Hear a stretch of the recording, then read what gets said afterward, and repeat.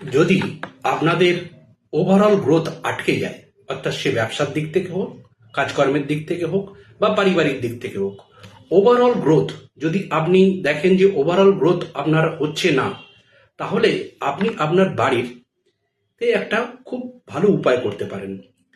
এটা হচ্ছে যে আপনি আপনার বাড়ির সেন্টার পয়েন্টে প্রতিদিন কেশর আর দুধ মিশিয়ে ছিটা দিন। এটা 1 নম্বর। 2 নম্বর উপায়, বাড়ির সেন্টার পয়েন্টে যদি রাখা সম্ভব হয় একটা মেটালের ভারী কচ্ছপ উত্তর দিকে মুখ করে থাকবে, এরকম অবস্থায় আপনি রেখে দিন।